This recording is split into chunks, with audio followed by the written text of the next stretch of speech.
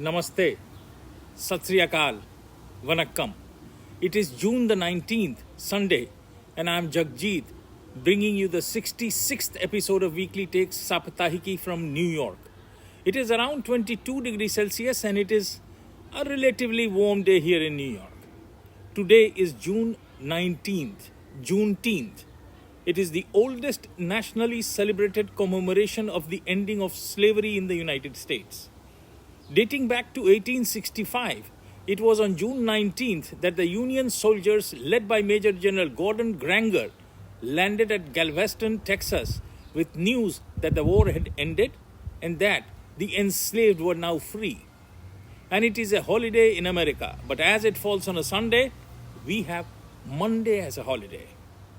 And today is also Father's Day.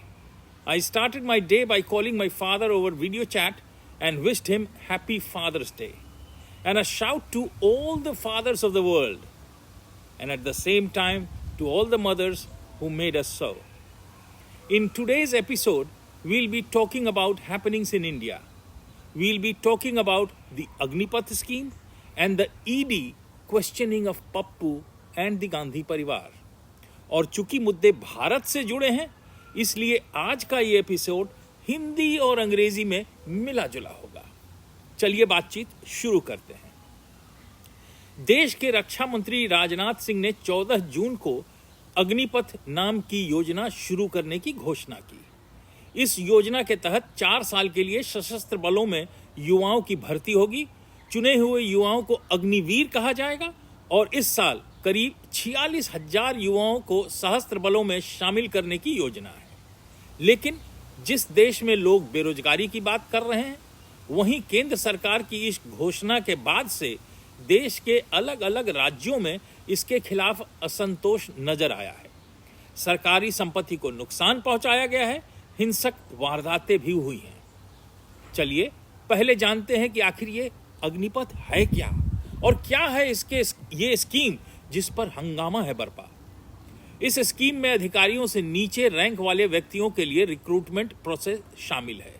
इस scheme के तहत 75% जवानों की भर्ती महज 4 साल के लिए की जाएगी। योजना के तहत भर्ती होने वाले सैनिकों को अग्निवीर कहा जाएगा, वहीं केवल 25% को ही अगले 15 वर्षों के लिए दोबारा सेवा में रखा जाएगा।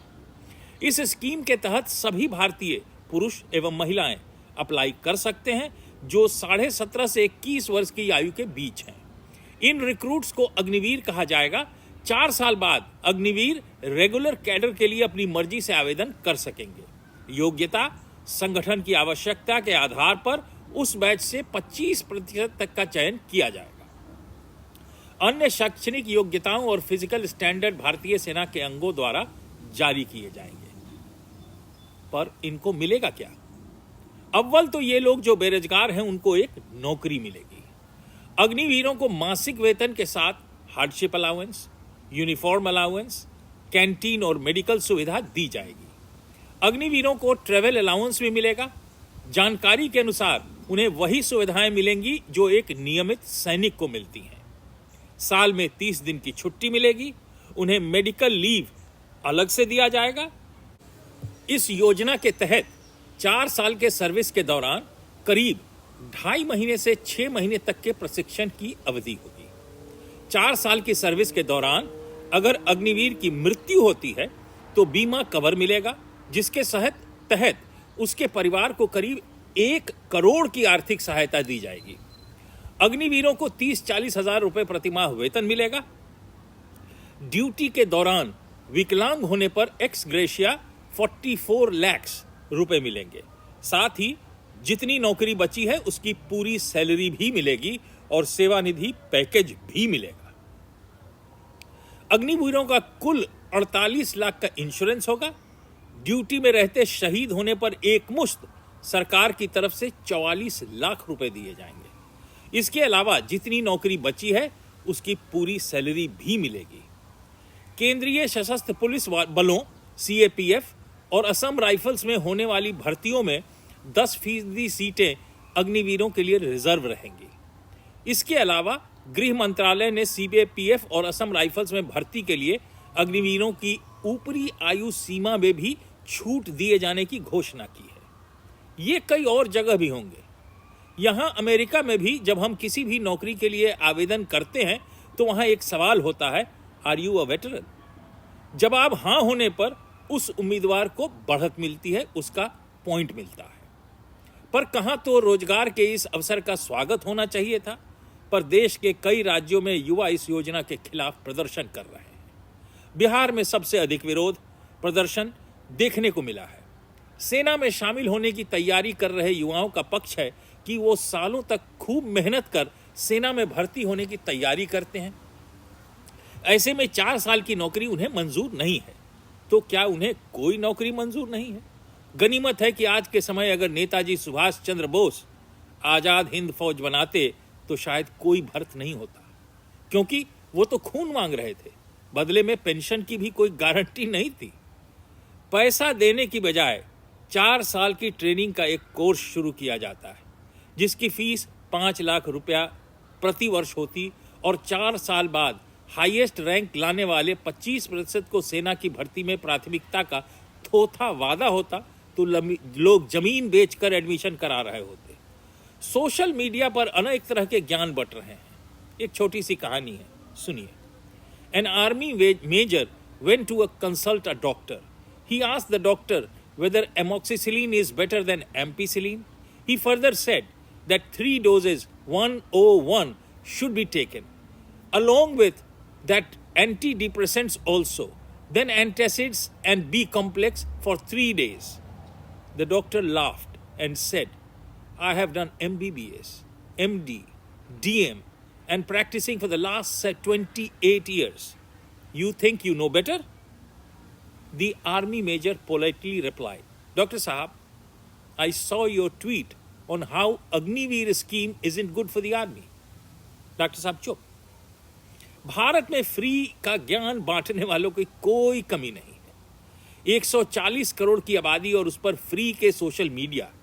दिक्कत यह है कि अगर हमको मोदी पसंद नहीं है तो हमको उसके सरकार द्वारा कोई भी अनाउंसमेंट कैसे पसंद आएगी।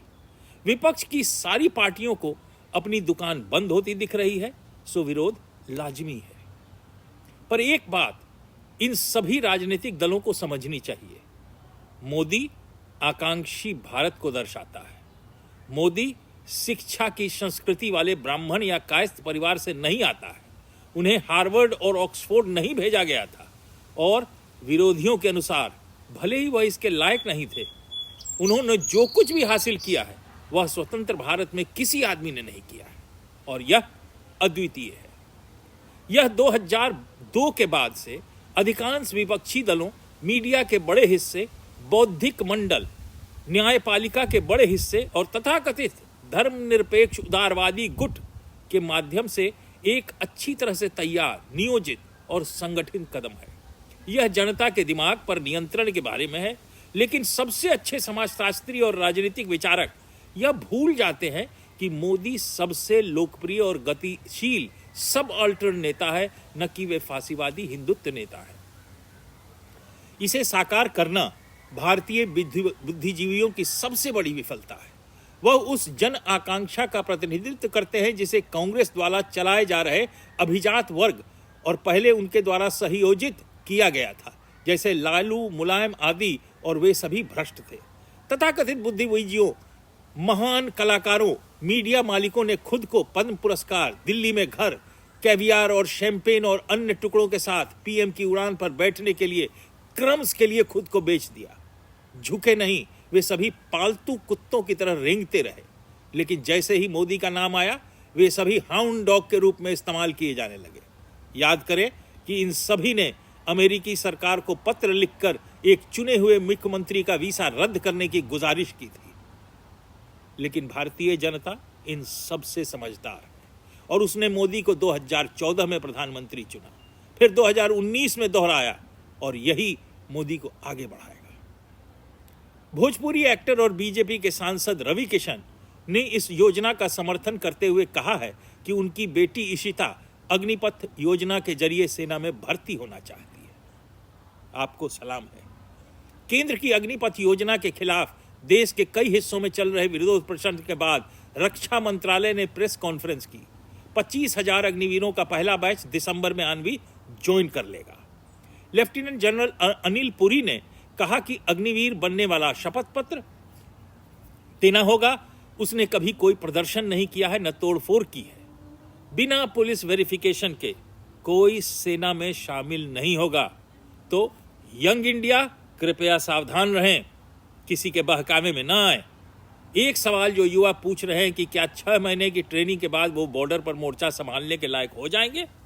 ख्याल रहे कि अग्निवीरों की तैनाती कश्मीर के साथ साथ देश के दूसरे राज्यों में भी होगी। और यहीं से खड़ा होता है एक और नजरिया इस पूरे योजना को क्रियान्वित करने का। आज के परिदृश्य को देखते हुए हम कह सकते हैं कि अगले 5-10 सालों में पूरा देश कश्मीर की तरह ही होने वाला है। कश्मीर की तरह उपद्रवियों ने दिखा दिया है कि पिछले कई बार से वह समुदाय कितना संगठित और खतरनाक है।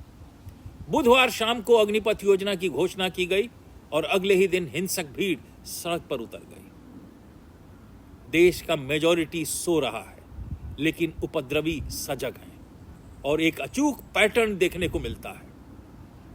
शाहीन बाग, किसान आंदोलन, नुपुर शर्मा की प्रतिक्रियाएं, पूरे देश में विरोध क्योंकि राहुल गांधी को ईडी का सामना करना पड़ रहा है।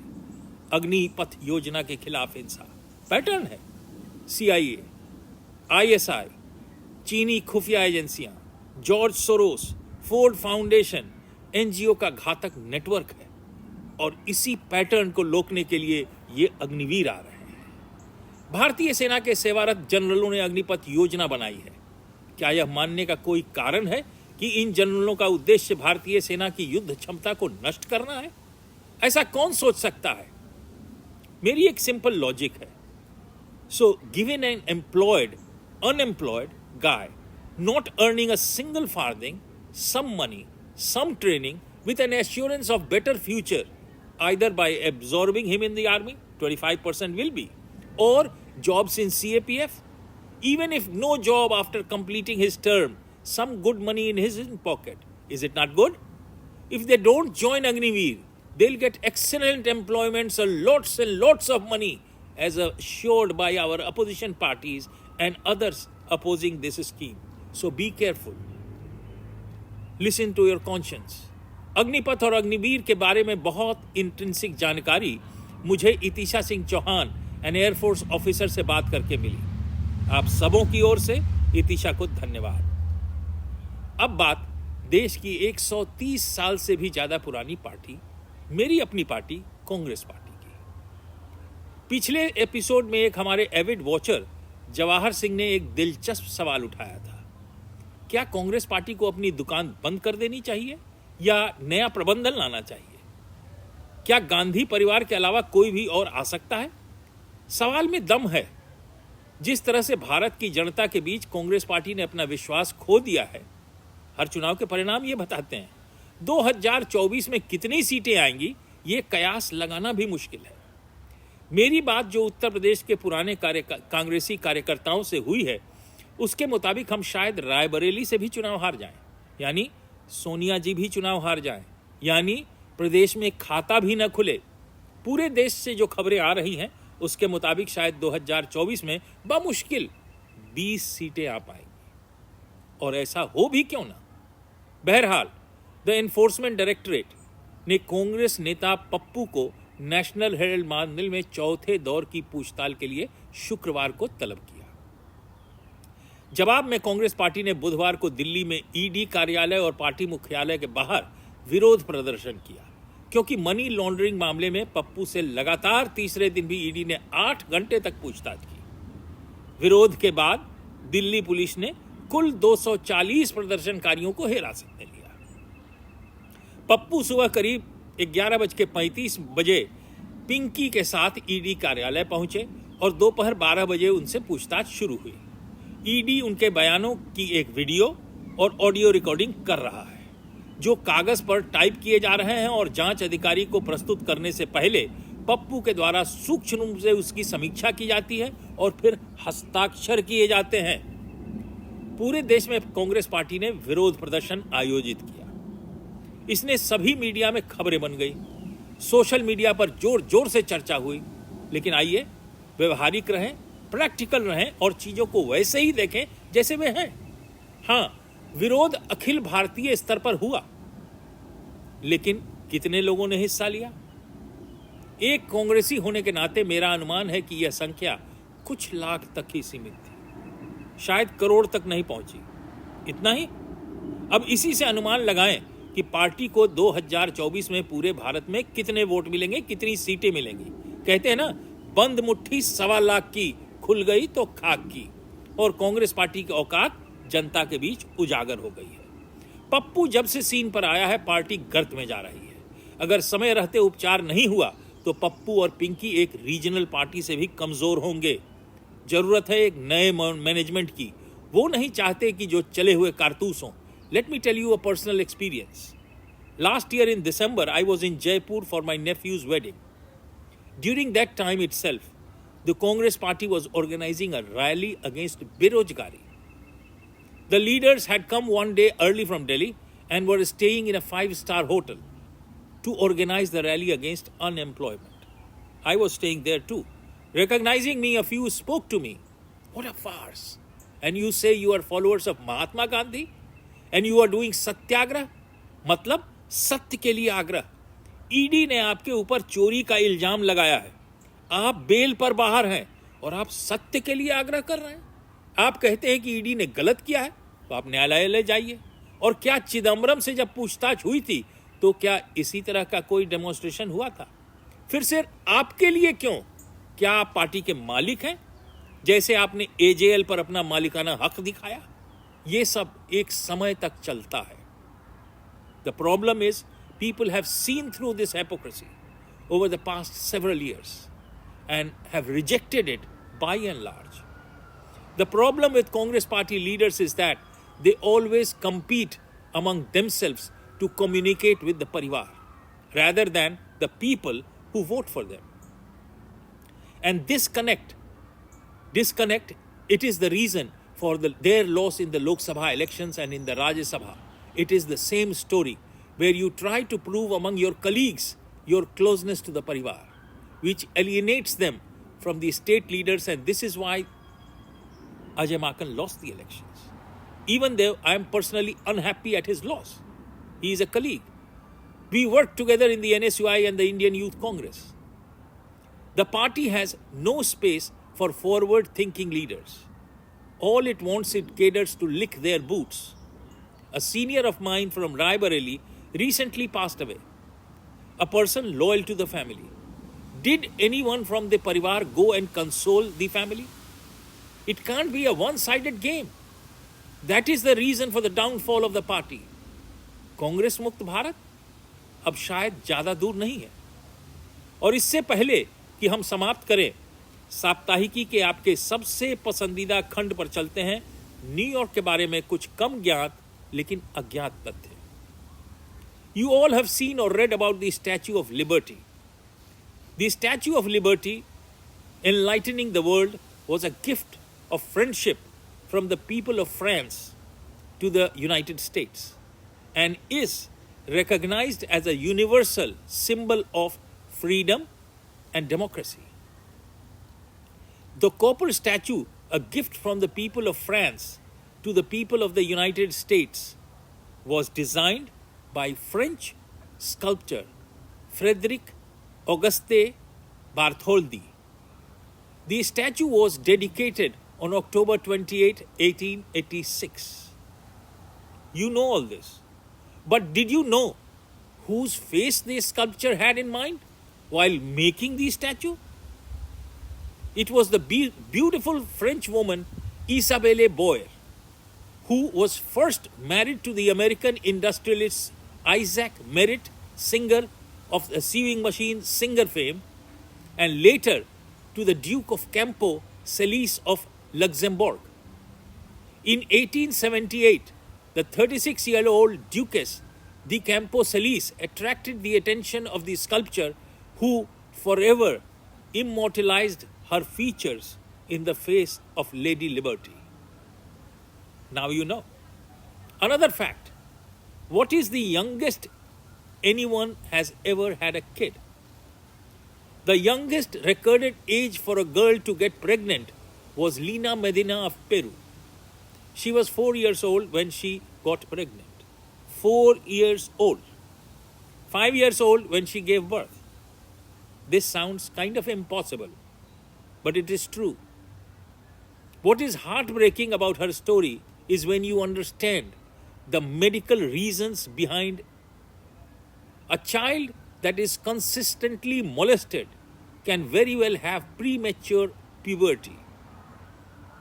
I think they just sent her home with her father, which is horrible.